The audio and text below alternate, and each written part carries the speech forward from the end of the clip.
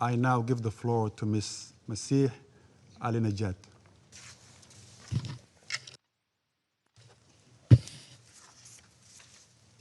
Hello, everyone. My name is Masih Alinejad. I am a woman from Iran.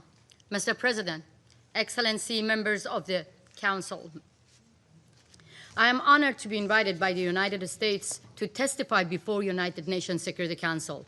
I am here today to warn you, on behalf of millions of Iranians, what is needed now to bring justice to those who order massacre in Iran is real and concrete action against a regime that do not understand the language of diplomacy.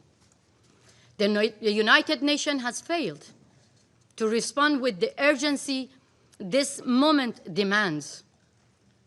The Secretary-General himself has not spoken publicly against the massacre unfolding in Iran. Only a written statement through his spokesperson, silence at this moment, send a signal, send a message to the killers of young protesters alongside their family members. I strongly believe that the regime in Iran heard the clear message from the Secretary-General.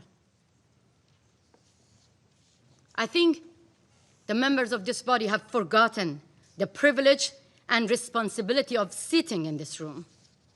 Secretary-General, I know you hear me. I want to directly talk to you. Why are you afraid of the Islamic Republic? Millions of unarmed Iranians, innocent and unarmed protesters, have been silenced with bullets, mass arrest, prison, and a total communications blackout. No internet, no cell phones, and no landlines. They put Iran in a total darkness. I am here to bring their voices here in this room. I am here to tell you that a brutal slaughter has taken place in my beloved homeland, Iran, and it will get much worse if the world do not take serious action. Iran is facing a nationwide uprising that cuts across Iran, across the society, with a clear demand to end Islamic Republic. At the same time, a nationwide campaign by the Islamic Republic to erase it, to silence people.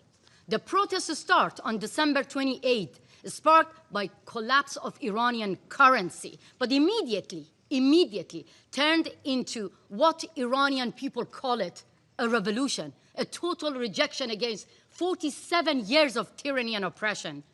Protests spread to more than 100 cities and involved every layer of the societies: shopkeepers, workers, teachers, nurses, and those who wave the historic lion and sun flag, and those ethnic minorities, including Kurds, Baluch, all other minorities, men and women, shoulder to shoulder in the streets. When it comes to freeing Iran, I have to say that loud and clear, that all Iranians are united. From Tehran to Tabriz, to Rasht to Ahvaz, from major cities to small towns and villages that we barely even heard the names of those small towns and villages in the media. They are in the street. Millions of Iranians flooded into the streets, demanding that their money stop being stolen and sending to Hamas, to Hezbollah, to Houthi, the money of the workers, the money of innocent people who do not have now the capability of to buy a bread. The entire nation looking at freedom right now. What followed was regime using military weapons, AK-47 against innocent people. According to Iran International Media Broadcasting, the death toll has passed more than 12,000. Just a day later, CBS reported more than 20,000 people have been killed, and they are not the numbers. They are not the statistics. We don't even know the real numbers. Citizen journalists from inside Iran have sent videos showing piles and piles of body bags on the top of each other. Iranians exile. Because of the internet shutdown, they zoom in to make sure whether their relatives and their beloved one are on the body bags or not. I myself have received urgent phone call and phone messages from Iranians, thanks to Starlink, inside the country, asking outside world for urgent help. They welcome when President Trump offered to rescue unarmed people being shot in their heart, in their chest, by the security forces inside Iran. One activist who cannot be named for his safety told me, the streets are full of dead bodies. They are finishing off the injured in the street. They told me the security forces have stormed into hospitals and taking away the injured. I have also received multiple messages from families of victims who say the security forces forced them to pay money to take the dead body of their beloved one to bury them. On January 8, 2026, the Islamic Republic shut down the internet and imposed a technical blackout. Not to stop protests, because people are fed up and they are in the streets anywhere, but to hide their crimes, their brutality. This was not a technical mistake or failure. It was deliberate. When a regime turns off the internet during mass killings, and at the same time, the leaders of the same regime using the privilege of freedom of speech on social media to mislead the rest of the world, it is not about restoring order. It is about destroying the evidence. If it was not for Starlink inside Iran, we couldn't have been able to have even these informations. The Islamic Republic does not limit its crimes within its own borders. They kill their opponents at home and target those who expose their brutality abroad. Here, even here, on US soil, and every corner of the world, in Europe, in Canada, in Australia, everywhere. And they are not alone. This is called transnational repression, and the Chinese government helping them, Venezuelan dictators are helping them, Russian mobsters being hired by the Islamic Republic to target their dissidents and opponents beyond their own borders. I now address the representative of the Islamic Republic directly. You have tried to kill me 3 times. I have seen my would-be assassin with my own eyes in front of my garden in my home in Brooklyn. In United States of America, in the courthouse, I have seen my would-be assassin confessing that they have been hired by the Revolutionary Guards to end my life. My crime? Simply echoing the voice of innocent people that you killed them. Your leader, Ali Khamenei,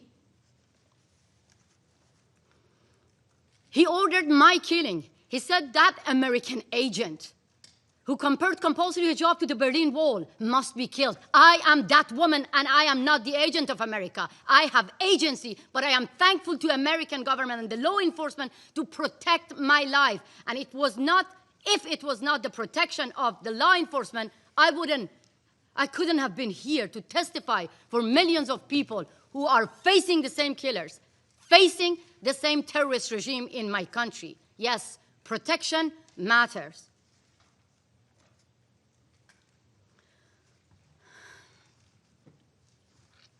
Unfortunately, I live with survivor's guilt because many Iranians do not have the same protection. The same IRGC with the same AK-47 killed them in front of the eyes of their family member. 2 would-be assassins received 25 years prison sentence here in New York, and I'm going to face 2 other killers being hired by the Islamic Republic in March, and they are the one who were assigned by the same IRGC member to assassinate President Trump. The Islamic Republic rules through fear. It makes people disappear from public life, from memory, from history. So today, I want to record the names of those who refuse to be afraid and erased. Setayesh Shafi'i, 20 years old. Before the internet was cut, she wrote on her social media, "They are cutting off my internet, but I love you all." She was killed by the Islamic Republic IRGC. Raybin Moradi, 17 years old, shot in the back, a young football player. He was killed by the same IRGC. Mehdi Zadparvar, a popular athlete. He wrote on his Instagram before going to the street, "I know I may be killed, but I have no fear. I want my rights." He was killed by the same IRGC. Siavash Shirzad, 30 years old. His family begged him not to go to the streets because of his safety. He said to his family, "I go to the street to celebrate the victory of our revolution because President Trump promised to rescue our lives." He was killed by the same Revolutionary Guards. Negin Qadimi, 20 years old. She died in her father's arms after being shot by the Revolutionary Guards member.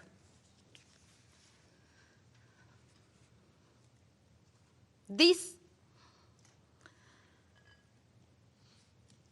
feel guilty that I don't name the rest. The list of names goes on and on.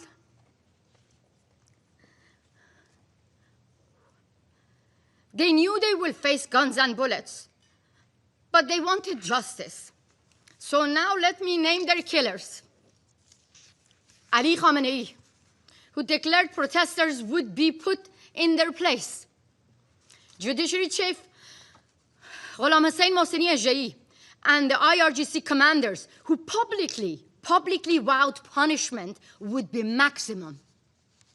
Ali Larijani, who promised no mercy for those who questioned the regime, while his own daughter, his own family live here in the United States of America. They don't deserve to enjoy the privilege of freedom in America. Like the other children and relatives of the Ayatollah saying death to America, their relative live here in America. 3 years ago, another Iranian human rights defender stood here in this room to warn you about another nationwide protest, Women, Life, Freedom, after the murder of Mahsa Jina Amini for the crime of simply showing a bit of her hair. How many women are sitting here? You could easily get killed simply for showing your hair. Mahsa got killed. That sparked a revolution. And women and men shoulder to shoulder took to the street. More than 700 people got killed. We have seen this before. We have more names to remember. In 2009, Neda Agha Sultan, symbol of more than 100 people who got killed. They named President Obama to protect them. President Obama was looking to open the doors of diplomacy to a regime whose language of negotiating with its own people is guns and bullets. We've seen this in 2019 with Pouya Bakhtiari, who was killed in front of the eyes of his mother, Nahid Shirpishe. At the same time, President Biden was trying to keep the doors of diplomacy open, handing out billions of dollars to the regime that forced the family members to give money to the regime to take the dead body of their beloved one back. Faced with the regime using military weapons against civilians, the Iranian people are asking the world to help through actions, not back-to-back meetings and empty condemnation. We don't need empty words. People of Iran are asking the Islamic Republic, are telling you the Islamic Republic no longer can be reformed, and asking you that the Islamic Republic no longer be treated as a legitimate government. Today, the number of those killed is much higher than I told you. This regime, again and again, cannot be reformed. Let me be very clear. The Islamic Republic behave like ISIS, and the Islamic Republic must be treated like ISIS. This is how you can save lives. Thank you so much.